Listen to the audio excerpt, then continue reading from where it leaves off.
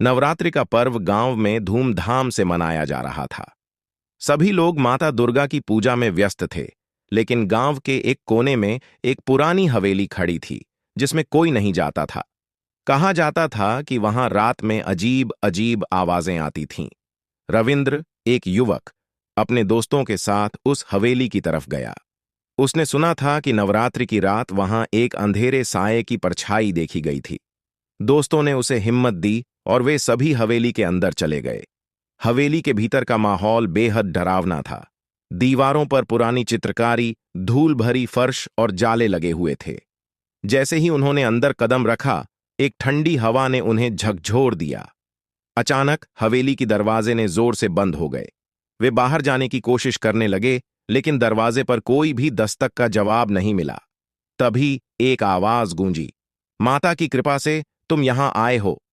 वे सभी सहम गए। फिर अचानक एक विशाल आकार की छाया उनके सामने आई। वह एक महिला का रूप थी, लेकिन उसकी आंखों में एक अजीब सी चमक थी। वह बोली, मैं मां दुर्गा हूं। जो भी नकारात्मकता फैलाएगा, उसे मैं सजा दूंगी। रविंद्र ने हिम्मत जुटाई और पूछा, आप यहां क्यों हैं? उसने उत्तर दिया, यह हवेली एक समय में मेरी पूजा स्थल थी, लेकिन गांव वालों ने मुझे भूलकर इस जगह को छोड़ दिया। अब मैं इस स्थान को अपने भक्तों से मुक्त करने आई हूं। उस रात हवेली में अजीब घटनाएं होने लगीं। सभी दोस्त भयभीत होकर एक कोने में बैठे थे। अचानक दीवारों पर मां दुर्गा की आकृति उभरने लगी और फिर एक तेज आवाज गूंजी, भक्तों, मैं आपकी श्रद्धा का इंतजार कर रही हूं। रविंद्र और उसके दोस्त समझ गए कि उन्हें नवरात्रि की रात मां दुर्गा की सही पूजा करनी होगी। उन्होंने हाथ जोड़कर मां दुर्गा से प्रार्थना की। जैसे ही उन्होंने अपनी श्रद्धा व्यक्त की, हवेली की दीवारों पर उजाला फैल गया और छाया गायब हो गई।